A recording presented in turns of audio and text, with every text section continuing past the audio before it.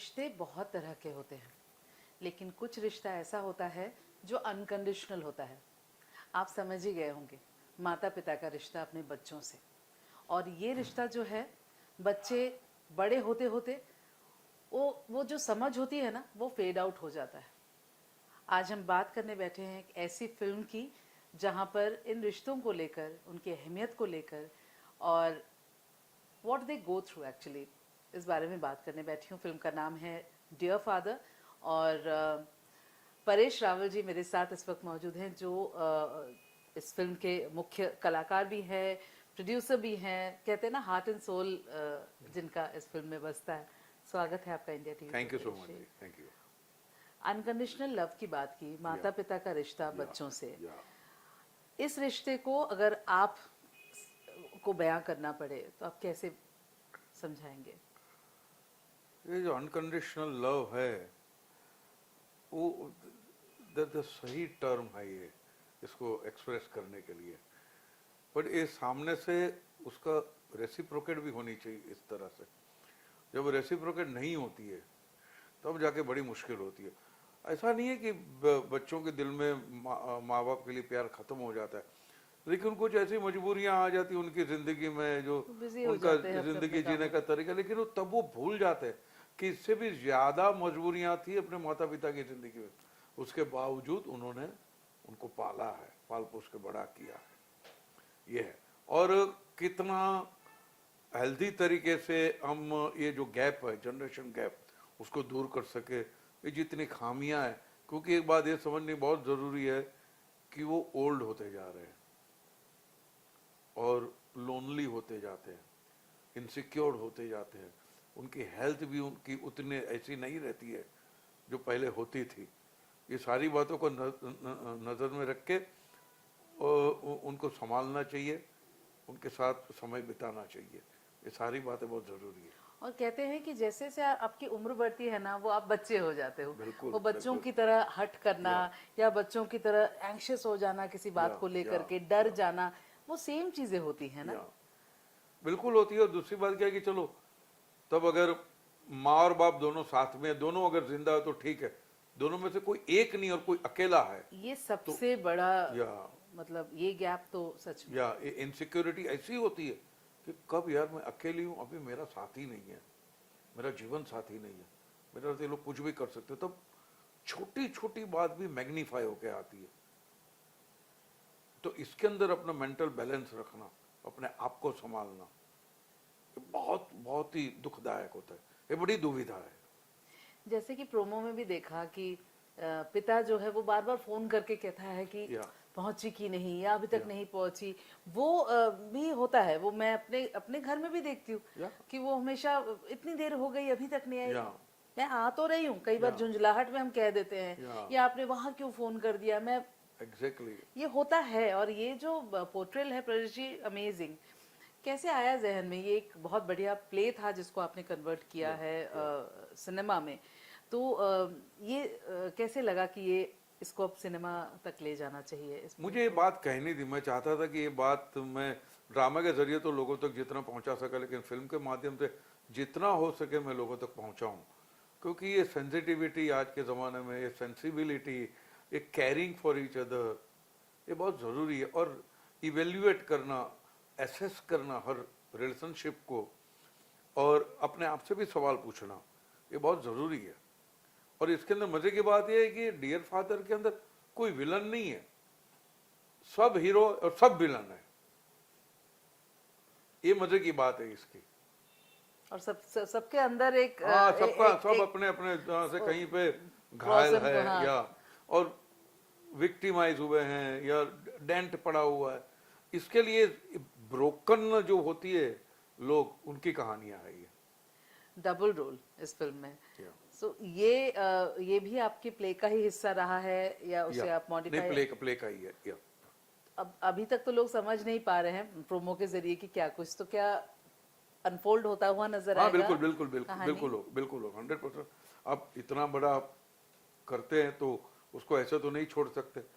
और हमने प्ले के अंदर भी हम अनाउंस नहीं करते थे कि भैया बाप है, ये है परेश रावल, इंस्पेक्टर परेश रावल है, तो ताकि किसी को कोई एम्बिग्यूटी ना रहे, कोई कंफ्यूजन ना हो, यार ये क्या देख रहे, कर्टन खुलने से पहले ही कर दिया था, ये डबल रोल है। अच्छा, ये पूरी तरह से लोगों को हाँ, पता है। या पता है डबल रोल है। ठीक है। ऐसा भी नहीं है कि कोई सस्पेंस है कि भैया ये किया था, मैं मेले में बिछड़ गया था इसलिए भाई हुआ, ऐसा कुछ नहीं है। And that's the clarity. I think play Yeah. में ऐसा होता है, मतलब शुरू से। इससे पहले भी आपने एक प्ले का हिस्सा, एक फिल्म ओ माय गॉड या ओ माय गॉड किया में था, आपने काम महारथी किया था। महारथी किया है। तो प्ले को जब आप पर्दे पर उतरते हुए देखते हैं, सो वो सेटिस्फैक्शन लेवल कैसा होता है? प्ले प्ले होता है, सिनेमा सिनेमा है, तो Yeah. आपको लगता है कि ज्यादा जो है ऑडियंस जो है हाँ। वो सिनेमा से ज्यादा जुड़ पाती है? क्योंकि सिनेमा play- ज्यादा लोगों तक पहुंचता है, हाँ, ज्यादा जुड़ पाती है ये अगर आप बिल्कुल उसको सही तरह से ढाल पाए हैं स्क्रीन प्ले में, तो फिर उसका सेटिस्फेक्शन होता है। लेकिन जब स्क्रीन प्ले में ढालते तो आपको कुछ चीजें डिस्कार्ड करनी पड़ती, जो प्ले में आपको बहुत अजीज लगी है, बहुत दिल के करीब लगी है, लेकिन उसको नहीं आ रही, सीन में नहीं बैठेगा, निकाल दो। अरे ये कैसे निकाल सकते, इस पे तो ये रिएक्शन आता, वो रिएक्शन आता, तो इसका ये होता था, कुछ नहीं, निकाल दो। For the screenplay you to kill your darlings, तो ये करना पड़ता है। और स्क्रीन प्ले के अंदर आपने जो प्ले का जो था स्पिरिट जो था उसको बरकरार रखना पड़ता है, अलग तरीके से रखना पड़ता है। तो चैलेंजिंग भी है, और अगर आप अच्छा कर पाए तो सेटिस्फाइंग भी है, और अगर सक्सेसफुल हो गए तो then it's kind of hallmark. बिल्कुल।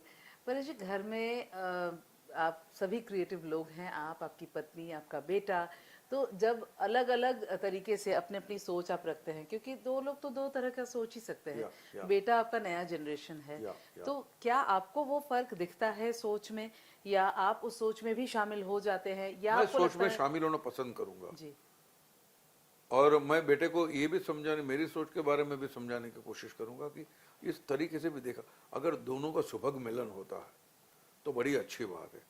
लेकिन इतनी बात यह है कि अभी का जो जनरेशन है बड़ा ऑनेस्ट जनरेशन है, ये लोग बड़े ऑनेस्ट है, ब्लंट है, ब्रूटली ब्लंट एंड ऑनेस्ट है। हाँ, शायद एक पल के लिए बुरा लगे, लेकिन मुझे लगता है कि कोई हाँ, छिपी हुई उनको बात दे नहीं, डोंट whatever वांट कि भैया हाँ, हाँ हमको जो बात बोलनी है हम बोल पाए, तो वो बड़ी अच्छी बात है, और काफी सीखने को मिलता है। क्योंकि वो लोग जो देखते हैं, बातों को समझते हैं इतना फास्ट, उतना शायद हम नहीं समझ पाते हैं। हम जानते हैं, हम चाहते हैं कि उनकी समझ भी हो और हमारा ठहराव भी हो, हमारा तजुर्बा भी हो, फिर तो क्या उनका भी नजरिया हो, ये दोनों का वो एक होना चाहिए। कॉम्बिनेशन बहुत जबरदस्त है। परेश जी, आजकल ओटीटी का भी एक रास्ता जो चल पड़ा है, जिस वजह से ऑडियंस जो है वो जुड़ गई है। बिल्कुल। आप प्ले देख लो, सिनेमा देख लो, दोनों का समागम देख लो, मुझे लगता है कि एक लॉन्ग फॉर्मेट स्टोरी आप कह सकते हैं। तो क्या वो रास्ता आपने सोचा है कभी अपनाने का, या कुछ जहन में है जो आप करेंगे? नहीं, लॉन्ग फॉर्मेट की बात में मैं वेब शो, वेब सीरीज में करना चाहूंगा, लेकिन मुझे ऐसा मटेरियल मिले कि जो न फिल्म में किया न स्टेज पे किया, तो मैं करना चाहूंगा।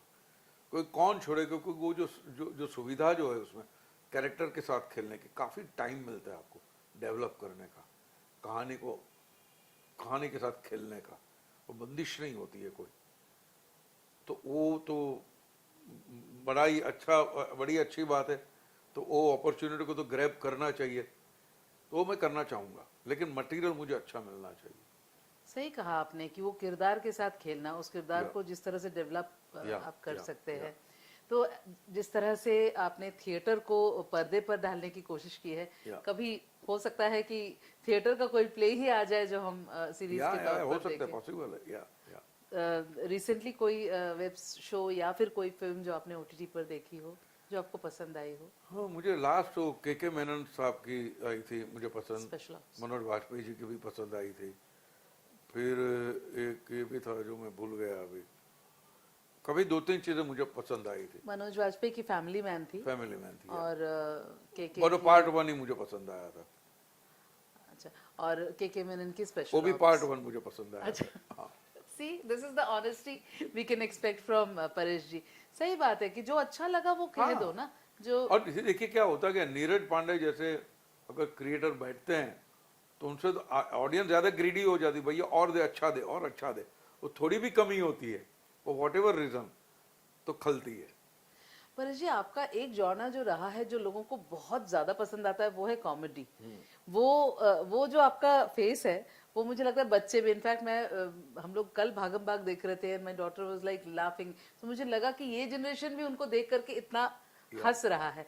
तो आपको लगता नहीं है कि कॉमेडी फिल्में या कॉमेडी हम लोग थोड़ा आजकल लैक कर रहे हैं? बिल्कुल, कॉमेडी अच्छी लिखी जानी चाहिए। दूसरी बात यह है कि आपके सामने स्टिफ कंपटीशन है, Kapil Sharma.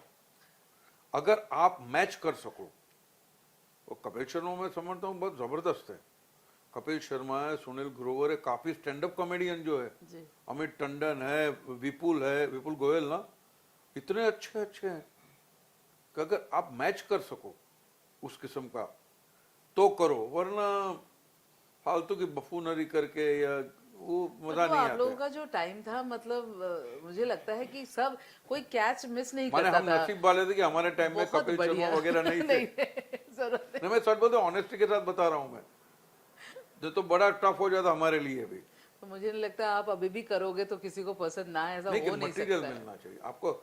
No actor can rise about the material, ये हमको मिलना कंटेंट चाहिए। इज द किंग आप कहेंगे। कंटेंट चाहिए।